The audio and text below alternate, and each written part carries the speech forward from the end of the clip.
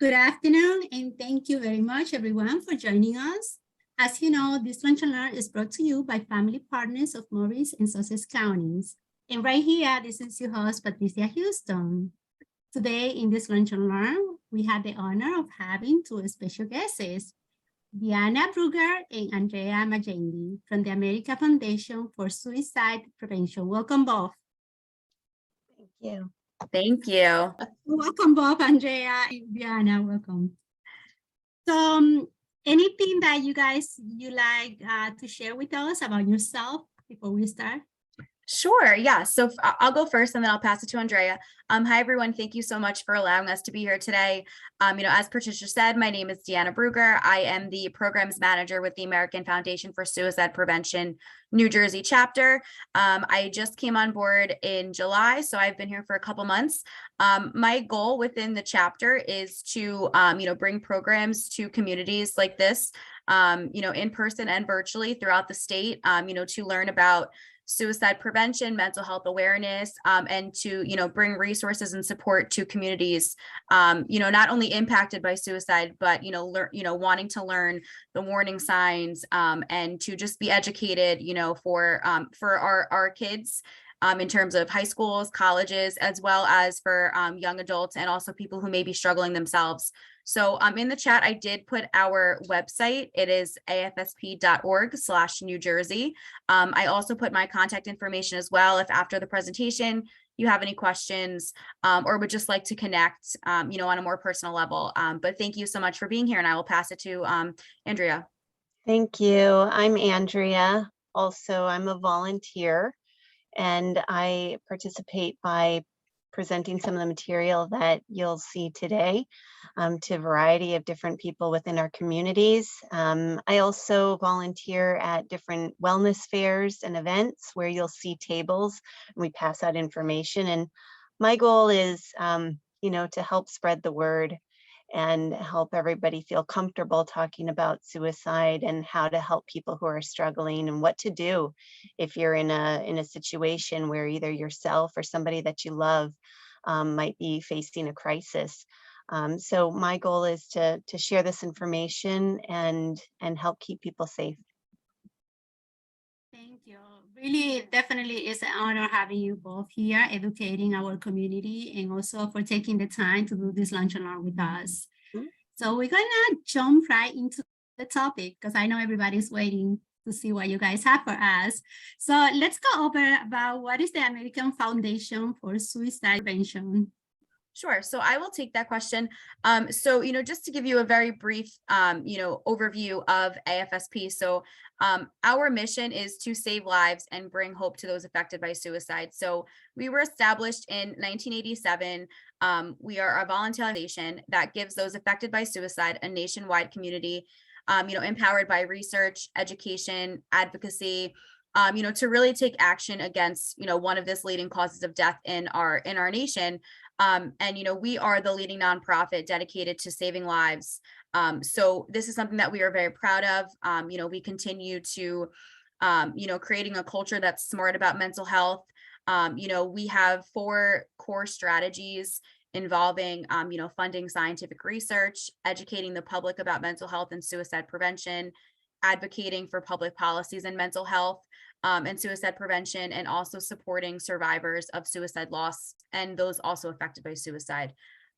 Just quickly, I would like to add that today AFSP has, been combining science and grassroots efforts, and we have chapters in all 50 states. So we are throughout the country. So if you know someone who may be struggling or in need of services, or really just wants to get involved with our chapters, if you go on to afsp.org, you can pinpoint, where we do have chapters in the country, and where we're located, and the contact information for those people as well.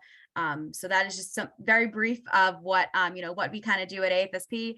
And as I mentioned before, we have a lot of volunteers that we work with, including Andrea. So we are always looking for volunteers. We're always looking for help. You all know your community better than we do, so we would love to serve you accordingly and support you, in that aspect. Thank you, Deanna. Anything, Andrea, that you would like to elaborate in regards to that, or should we move to the next question? We can move on. Great. All right, thank you. So let's talk about suicide and the importance to reduce the likelihood of its occurrence, and sometimes the negative stigma that exists around mental health and suicide. Yeah, I'll take that. And I think we do have some slides that Deanna, if you're able to share, go ahead. Otherwise, I'll just kind of get started.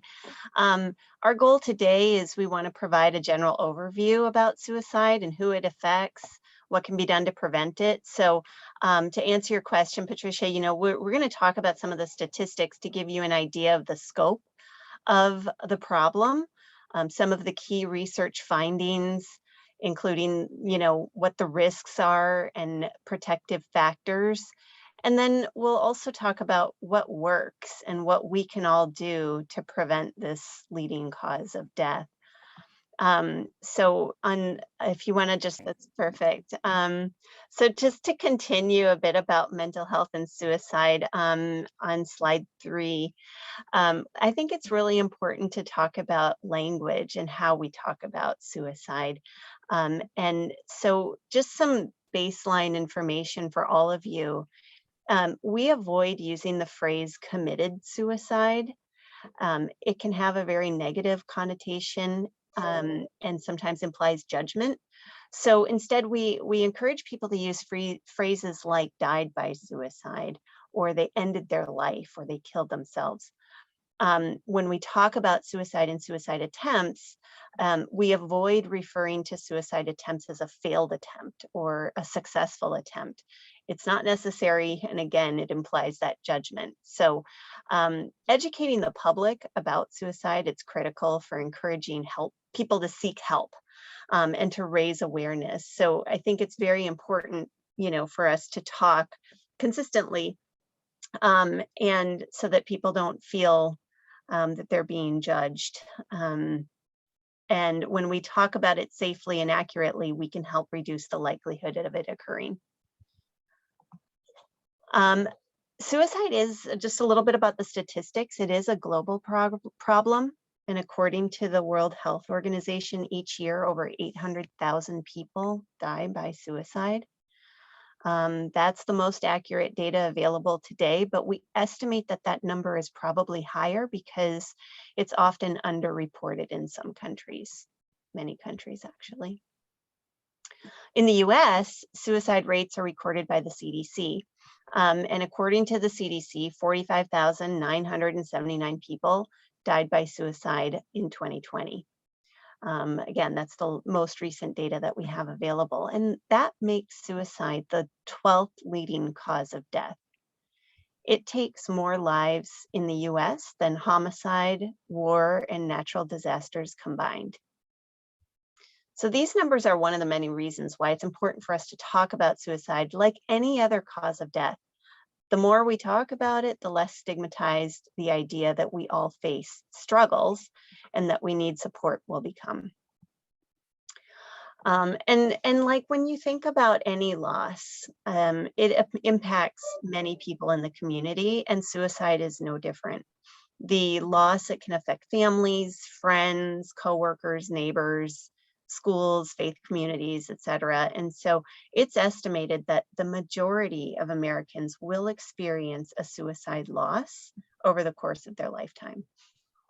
Thank you for the information, and actually thank you very much for, you know, clarifying in relation to the scope of the problem and also elaborating in relation to the statistics behind all of that. So let's go over a little bit in relation to who is at risk. Mm-hmm. Yeah. The best way to answer that question is to talk a little bit about the research.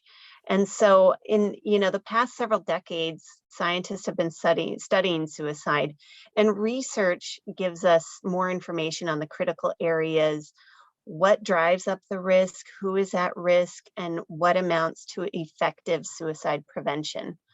One of the important things that we have learned from this research is the perspective of a suicidal person.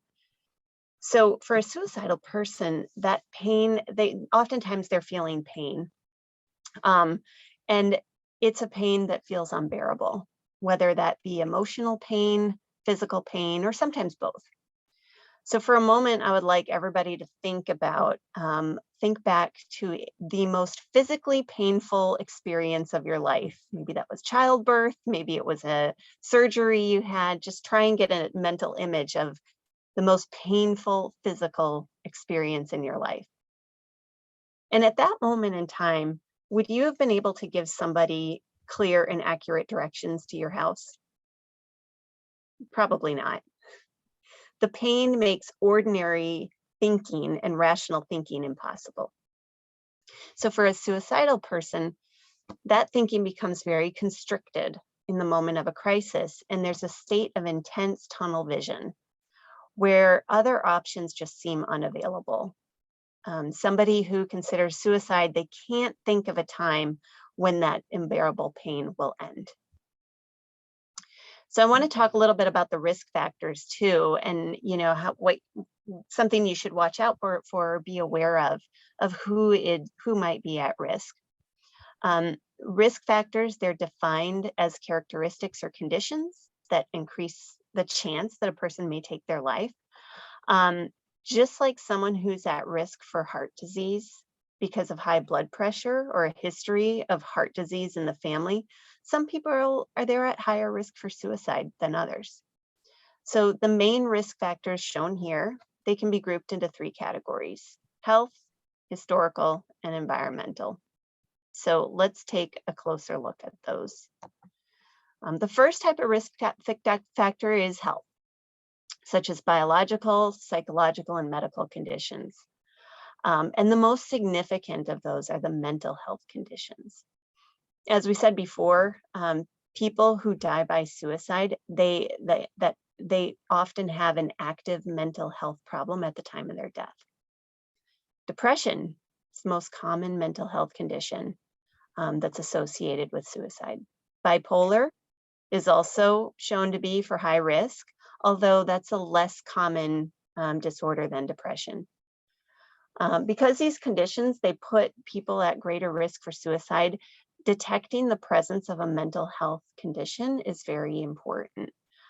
So the best way to be sure if you're feeling concerned or to detect a change in yourself or in somebody that you love, the best thing you can do is make sure that that person is evaluated by a professional and gets effective treatment. The second, a few other mental health factors just to note, it's not always mental health. Sometimes there's a serious or chronic health condition, especially when that person also has a mental health issue that can really put somebody at risk. Historical factors, that's the second type of risk that I want to talk about. So sometimes people have a family history of suicide. Or a family history of mental health conditions, past trauma, such as sexual abuse or combat stress. Research has found that a history of child abuse can contribute to suicide risk as well. So while it's important for people who attempt suicide do not go on to die by suicide, previous suicide attempts are also considered a historical risk factor, and they can put that person at increased risk. The third type of risk factor is environmental, and that can involve different circumstances in somebody's life. So oftentimes there are aspects of a person's environment that can contribute to their overall risk. So things like having access to lethal means, such as firearms, drugs, a bridge, a car. Research has also shown that contagion or being exposed to somebody else's suicide could increase somebody's risk.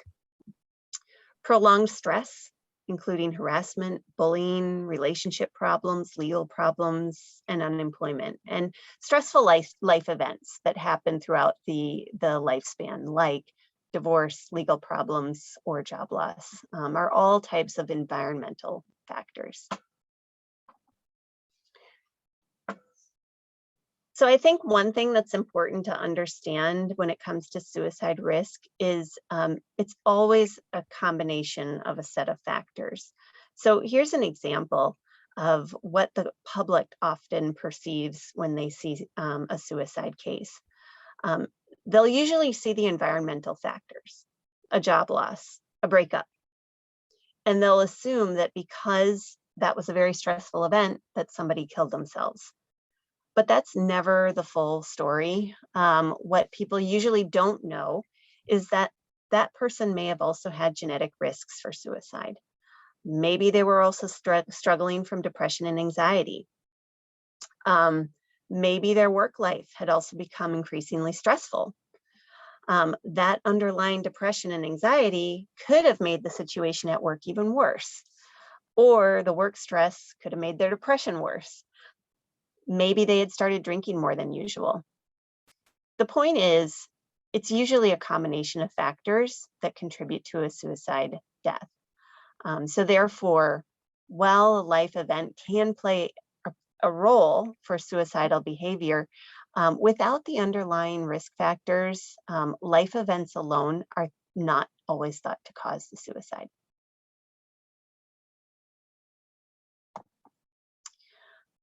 So looking to the future, research is going to help us find the best ways to fight suicide. Research is looking for biomarkers, for example, something like that's testable in the blood. That would help us to identify others at risk. There's a number of clinical treatments like types of therapy that are effective for suicidal people. And there does need to be more development and study about that. But the good news is that through the research, we're learning more and more about what helps those who are in a suicidal crisis. And the research can help us to identify the most effective programs and interventions to help reduce suicide rates. In relation to prevention, if you guys can elaborate a little bit more in relation to the methods used to prevent suicide. Yep, of course. So just like there are risk factors that increase a person's risk for suicide, there are also protective factors that lower a person's risk. So if you're proactive about mental health and make an effort to get healthier to protect yourself, that's definitely a way to prevent a suicide from happening. It's important to feel connected to family and community. That can help protect against suicide. When somebody is struggling with depression, anxiety, psychosis, or substance abuse, these protective factors that may normally be strong can erode and temporarily weaken. And so when that happens, having friends and family remind us of our strengths can be a tremendous protective factor. Problem-solving skills are also helpful. Life can get really tough, but being able to see a way through these problems can be a protective factor. So critical to suicide prevention is getting people connected to mental health treatment. One of the biggest challenges in fighting suicide is getting people to address their mental health the same way they would for their physical health. In fact, those suffering from a mental health condition, less than half of them will seek treatment. One way is to encourage individuals to seek their help for their mental health conditions and to treat it just like any other health issue. So if we move forward to the next slide, taking care of our mental health, like I said, just as important as your physical health. And we need to create a culture that thinks that way. So the person that seeks mental health help, they should request an evaluation and figure out if their mental health condition is affecting their life. There are lots of different types of treatment available. There can be psychotherapy and medication, and usually a combination of both are the most effective. Research has shown that for many people, the combination, like I said, is very effective. But the most important thing is to find the treatment that works best for each individual. And just like people can find strategies to optimize their physical health, the same applies for mental health. So there are a lot of self-care strategies like good sleep, exercise, nutrition, and stress management. That all plays a critical role in protecting mental health and making sure that people are resilient. The prevention efforts, they include support for those touched by suicide as well. The loss of a person to suicide can impact so many people. It's important that survivors have the support that they need, both to heal and to reduce their own suicide risk. So those who have lived an experience, those who have either attempted suicide or have experienced suicidal thinking, they are at an increased risk. So we need to make sure that they have the support that they need as well. For people who are at a crisis point, it's important to talk about that too. The most important thing that you can put between a suicidal person and the way of ending their life is time. Research shows that by temporarily reducing a suicidal person's access to lethal means, we give suicidal individuals time for that intense suicidal risk to diminish, and time for somebody to intervene with mental health support. For the majority of people who experience a suicidal risk or crisis, if they're unable to access their chosen method, even temporarily, they're very unlikely to engage in another action to end their lives. So in most cases, when a suicidal person doesn't have access to the means that's been on their mind, they won't substitute it for another method. That means that a very clear way to prevent suicide is to limit access to lethal means. And during a period of high risk, the safer the environment is, the better chance a suicidal person has of living through that crisis period. Suicide prevention research has looked at a number of ways to create safer environments. So for example, installing an inexpensive carbon monoxide sensor that automatically shuts off in cars if carbon monoxide levels reach unsafe levels, that would save lives. We've also learned that through research that installing barriers on bridges deters suicides, and in many cases, bridge barriers actually lowered the suicide rate in the region. Another method is to restrict the access to potentially lethal medications by using blister packaging instead of, a bottle filled with pills. And finally, firearm safety is critical to reducing suicide rates. In the US, firearms are used in roughly half of all suicides, and that makes suicide prevention an important part of gun safety education. I want to quickly just add really quick. I want to just stop sharing my screen for 1 minute. I know that we've talked about, protective factors and whatnot, but I also want to mention, specific programs that we have here at AFSP that I, forgot to mention before that is part of, prevention education that we do here at AFSP. So for example, some of the slides that you're seeing are from, one of our most popular programs called Talk Saves Lives. So this is really, speaking what is suicide prevention? How can you, Andrew went over the risk factors. We're going over protective factors. This really embodies, the 5 core values that we have here at AFSP, which is, passion for prevention, community support, harmony, bringing everything together, the impact that our programs have on a community, and really the well-being, of population. So I just quickly wanted to just go over some of our programs. We do have, prevention education programs, like I'm saying, we teach in schools, communities, workplaces. We have over 30 educational programs, specifically for teens, for young adults, for college age, kids, for seniors, for people in the military, for law enforcement. So, any walk of life, or a struggle that you may be experiencing related to suicide prevention, this is something that we can educate. So I just wanted to let you know that we do have many different programs to serve different communities. Yeah, I right? just want to, yeah, no, I just want to make sure that you cover everything before we continue. And yeah, and I think this is a good moment, you know, since we're discussing about prevention, let's say like if we are worried about ourselves or someone else, you know, that we are close to, Mhm. what can we do to support that person or to help preventing suicide from occurring? Absolutely.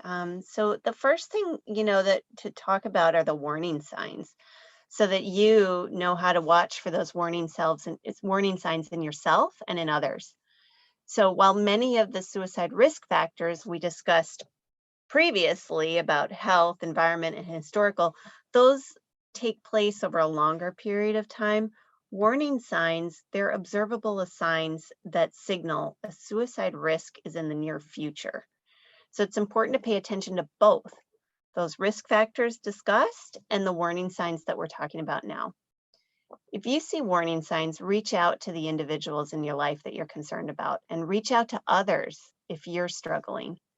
Seek mental health services if you're depressed or if your anxiety regularly interferes with your daily life, and encourage others to do the same. So some of the warning signs to look for is talk, behavior, and mood. So I'm going to just spend a minute on each of those three. First of all, talk. Many people who are suicidal, they'll talk about ending their lives. This may be directly or indirectly. They may say it outright, or they might just kind of joke about it. Take that seriously. Some people say that they have no reason to live. Others will say things like they feel trapped, or they're overwhelmed, or they feel that they're a burden to others. They may say that they feel just unbearable pain. Behaviors that are atypical for an individual should also encourage you to speak to that person about what you're noticing. So people thinking about suicide can display certain behaviors. They may increase their drug use or alcohol. They might have trouble sleeping, sometimes insomnia or sleeping too much. They may start acting recklessly, shopping sprees, gambling, just things that are out of the ordinary. They might withdraw from activities, especially activities that they typically enjoy. They might isolate themselves from family and friends. They might start looking for a way to kill themselves, start searching online for methods or shopping for a firearm. And sometimes they might start giving away some of their possessions. Like I said, reckless spending. Their mood is another thing to watch for. Depression, apathy, rage, irritability, impulsivity, humiliation, anxiety. These are the types of moods that you would expect from somebody who feels overwhelmed or desperate. We all have ups and downs in our mood, but when you notice a change in a person that seems really uncharacteristic or concerning, it's important to speak to that person about what you notice. So there are lots of things to look for, but to sum it up, look for changes in behavior and trust your instincts. And I think it's also important to note that you should assume you are the only one who's going to reach out. In many instances, people talk about their concern for someone amongst themselves or with others, but they hesitate to reach out to that person directly. So here's a rule of thumb that I think is an important takeaway from today. If you're wondering if someone is depressed or overly anxious, that's a sure sign that you should reach out. And the same goes for you. If you're having suicidal thoughts, that's a sure sign that you need to seek help. So if you've reached out before to the certain person that you're worried about, reach out again. The first time that a person, they may not be receptive, but keep trying. Try talking to someone or get them to see a professional. And even if a suicide, it turns out not to be a concern, they still could be in distress and they may feel comfortable and supported just knowing that you care and that you took the time to listen.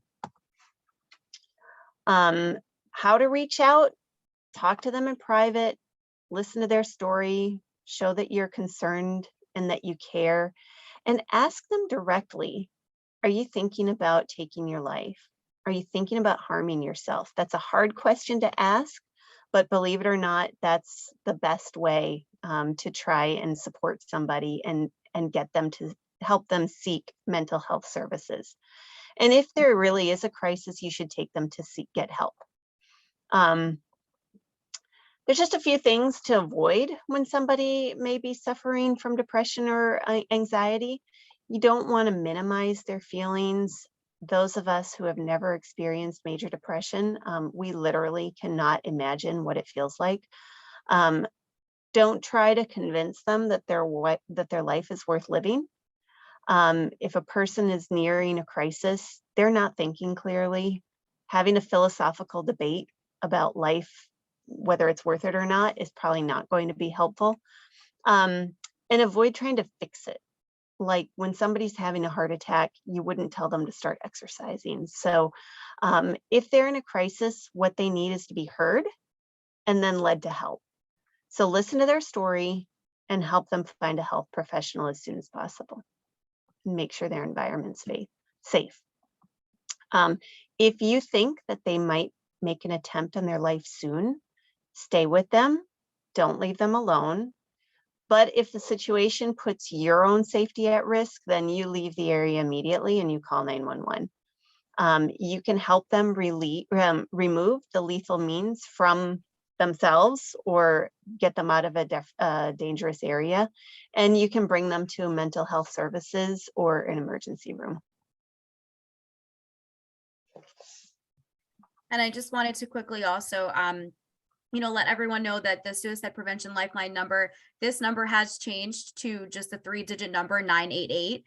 So, if you do still call this 1-800-273-TALK number, it will direct you to 988. But unfortunately, we have not updated our slides yet, but 988 has been in effect since July. And that is the new Suicide Prevention Lifeline, as well as also, texting the crisis text line.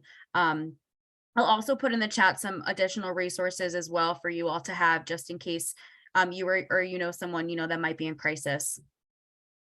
We have a list of resources as well on our website that you can go to. We also have a list of support groups in your area as well. So we are not clinicians, but we we refer others to support groups that may need help. So I can also send that link as well. But yeah, I would definitely, take down 988. That's, the most important number for you to have, and the crisis text line as well. Thank you, Andrea, and thank you, Deanna, for being here with us and sharing this information with us as well. I just want to remind everybody that we're going to have time for Q&A. And also the contact information and everything is going to be right below this video. So if you guys have any question or you miss anything, something from here, you're going to have that information right below this video. So right now we are going to move to the Q&A session, and that part is not going to be recorded. But once again, thank you, Andrea and Deanna, for being here, and everybody here joining us. Thank you so much.